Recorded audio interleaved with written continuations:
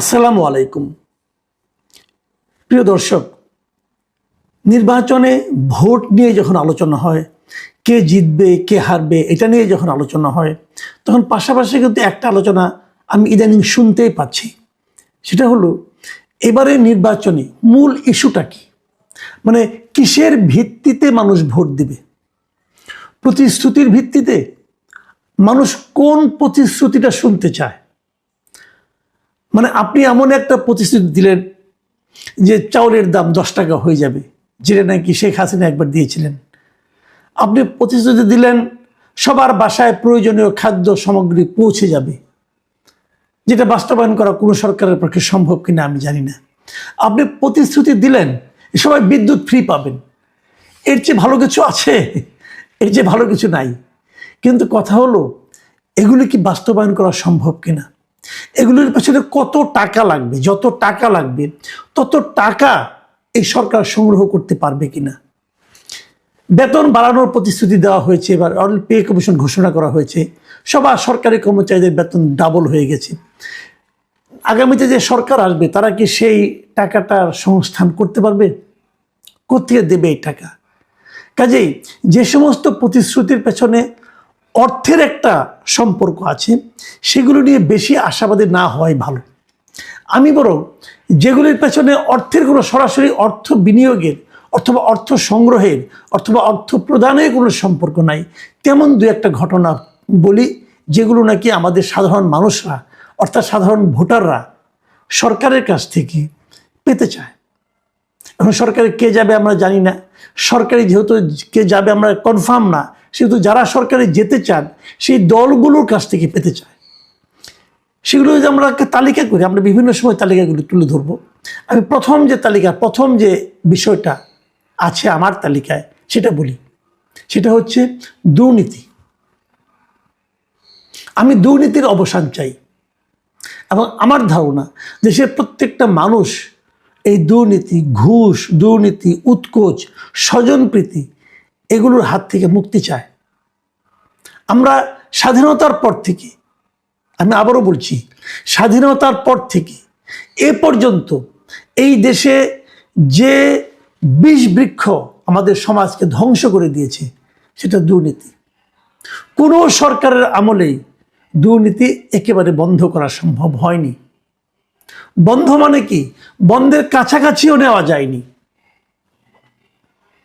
দুর্নীতি যে মাত্রা, সেই মাত্রা যদি 100% হয়, 50%-এর নিচেও কেউ নামাতে পারেনি। এটাই বাস্তবতা, এটাই রিয়েলিটি। সেই বঙ্গবন্ধু শেখ মুজিবের আমল থেকে উনি কিন্তু দুর্নীতির বিরুদ্ধে অনেক কথা বলেছেন, আবার ওনার সরকার দুর্নীতিকে প্রশ্রয় দিয়েছে।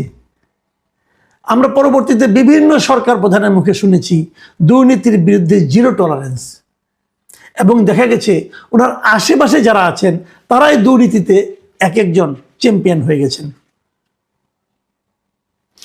এগুলো আমরা দেখেছি। আমরা আর দুর্নীতি চাই না। দেখেন, আমি নিজেও মনে করি, আমি অনেক নাগরিকের সঙ্গে আলাপ করেছি, অনেকের সঙ্গে কথা বলেছি। আমি কিন্তু এখনও, আপনারা যারা আমাকে চিনেন জানেন, তারা জানেন আমি কিন্তু এখনও রাস্তা দিয়ে, ফুটপাথ দিয়ে হাঁটি, প্রচুর হাঁটি। আমি ফুটপাথের ক্ষুদ্র ব্যবসায়ীদের জিজ্ঞাসা করেছি তারা কি চায়। অনেকের সঙ্গে আমার এমনিও মানে টুকটাক কেনাকাটা করতে গেলে আমি জিজ্ঞাসা করি, আলোচনা করি। ফুটপাথের ব্যবসায়ীদের বক্তব্য হলো, ফুটপাথে বসতে তাদের আমি যে রেটগুলো পেয়েছি, প্রতিদিন 200 থেকে 300, 400 টাকা পর্যন্ত ফুটপাথের এই ক্ষুদ্র ব্যবসায়ীদের চাঁদা দিতে হয়। এই চাঁদা কে নেয় বলেন? কে নেয়? আগে আওয়ামী লীগ নিত, ছাত্রলীগ নিত, যুবলীগ নিত, স্বেচ্ছাসেবক লীগ নিত, এখন কে নেয়? এই চাঁদার শেয়ার কোথায় কোথায় যায় কে না জানে। যে কোনো একটা র্যান্ডম একটা ব্যবসায়ীকে ডেকে জিজ্ঞাসা করেন, কারওয়ান বাজারে যান, কারওয়ান বাজারে যারা কাঁচা ব্যবসায়ী আছে তাদের জিজ্ঞাসা করেন আপনাদেরকে চাঁদা দিতে হয় কিনা, জিজ্ঞাসা করেন, দেখেন সবাইকে চাঁদা দিতে হয়। কাকে দেয় সে বলবে, আপনাকে নাম বলবে। সেই লোকটা কে? সেই লোকটার বড় ভাই কে আপনারা জানেন, খোঁজ নেন। পুলিশ জানে, সরকার জানে, রাজনৈতিক দলগুলো জানে। থামান না কেন? আপনারাই তো নির্বাচনে জয়ী হতে চান, থামান না কেন? একটা কাঁচামাল, ধরেন আপনি একটা সবজি, সেটা বগুড়া থেকে ঢাকায় আসবে, আস্তে আস্তে কত জায়গায় সেই সবজির ট্রাককে থামানো হয় এবং চাঁদা নেওয়া হয়।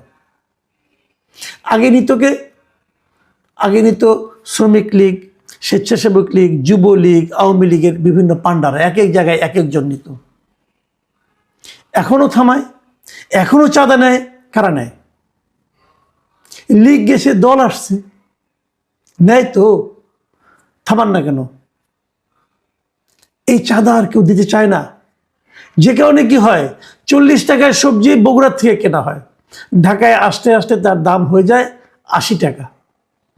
তাহলে 80 টাকাতে যে কেনে, আপনি কিনেন, আমি কিনি, আমরাই কিন্তু চাঁদাটা আসলে দেই। কারণ যারা আমদানি করে, যারা ব্যবসায়ী, সবজি ব্যবসায়ী, তারা কিন্তু লস করে ব্যবসা করে না। যে চাঁদাটা দেয় তারা, সেই চাঁদাটা মুনাফা সহ আমাদের মতো প্রান্তিক গ্রাহকের কাছ থেকে তারা নিয়ে নেয়। আমরা এই চাঁদাবাজির অবসান চাই। পারবেন দিতে? তারেক রহমান বলেছেন দুর্নীতির টুটি চেপে ধরা হবে। শুনে আশাবাদী হয়েছি। পারবেন? বলেছেন, বলা সহজ, করে দেখান, এখনই করে দেখান।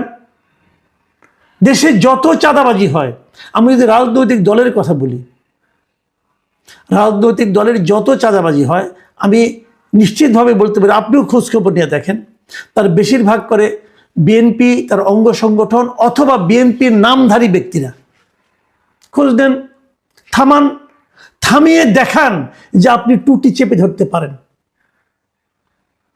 তাহলে তো মুখের কথা থাকবে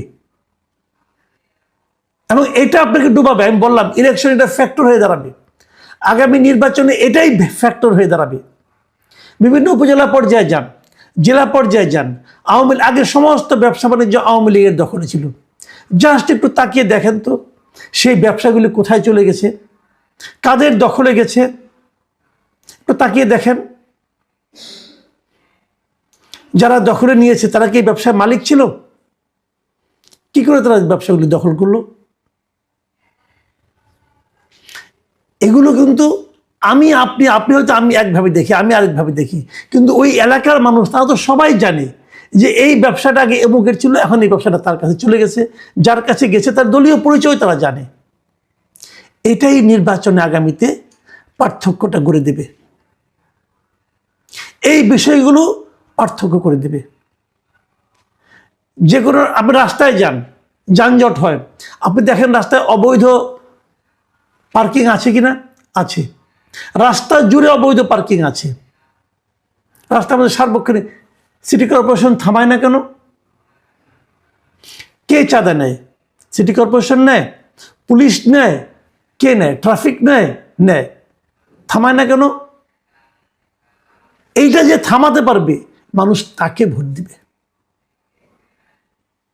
এবং সেই থামানোর নমুনাটা যে দেখাতে পারবে, দেখাতে হবে নমুনাটা, যে আমি দেখাচ্ছি, যে দেখাতে পারবে, মানুষ যাকে মনে করবে যে এই লোকটা ক্ষমতায় গেলে এটা থামাতে পারবে, তাকেই মানুষ ভোট দিবে।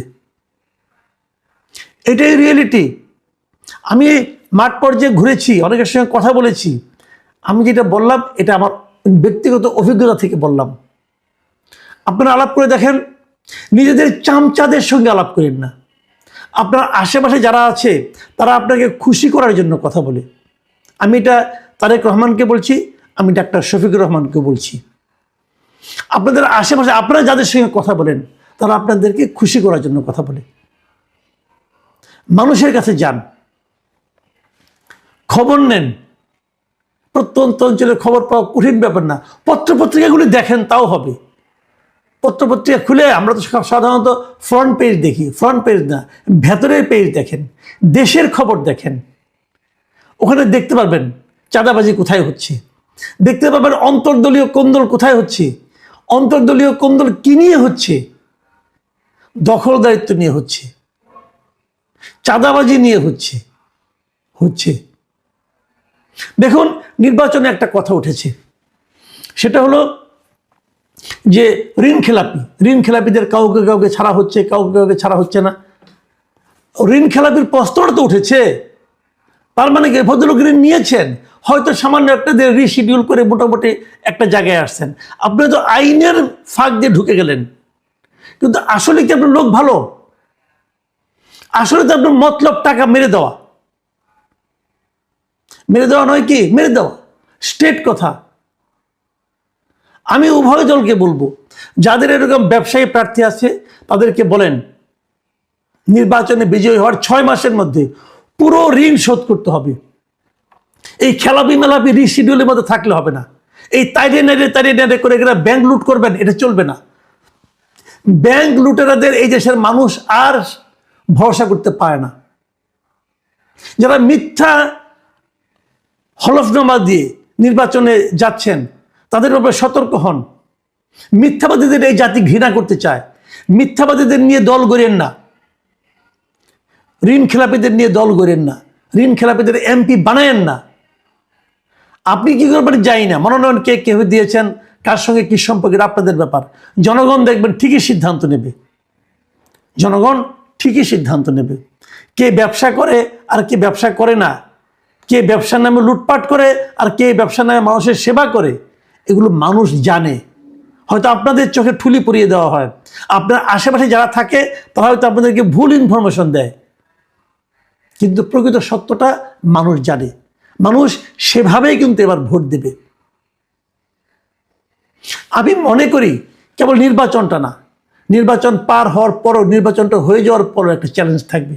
যারা নির্বাচিত হবেন, যারা সরকার গঠন করবেন, তাদের কাছে আমার রিকোয়েস্ট, এমনভাবে দুদককে পুনর্গঠন করেন যেন সরকারি দলের এমপিদেরকে, তারা সরকারি দলের লোককে এবং চাকরিরত সচিব টচিবদের পর্যন্ত দুর্নীতি তারা একটা তাদের বিরুদ্ধে মামলা করতে পারে, বিচার করতে পারে। যদি এমনভাবে দুদককে গঠন করতে পারেন তাহলে কেবল দুর্নীতি কমবে। আর তা না হলে দুর্নীতি থেকে যাবে। দুর্নীতি যতদিন থাকবে ততদিন পর্যন্ত সাধারণ মানুষের অবিশ্বাস রাজনৈতিক নেতৃবৃন্দের প্রতি, রাজনৈতিক দলের প্রতি থাকবে। এবং আমার ধারণা দুর্নীতিটাই এবারের নির্বাচন, আসন্ন নির্বাচনে একটা বড় ফ্যাক্টর হিসেবে দেখা দেবে। প্রিয় দর্শক, আমি এই ধারাবাহিকতা আরও অনেক কিছু নিয়ে কথা বলবো। আজ এ পর্যন্তই।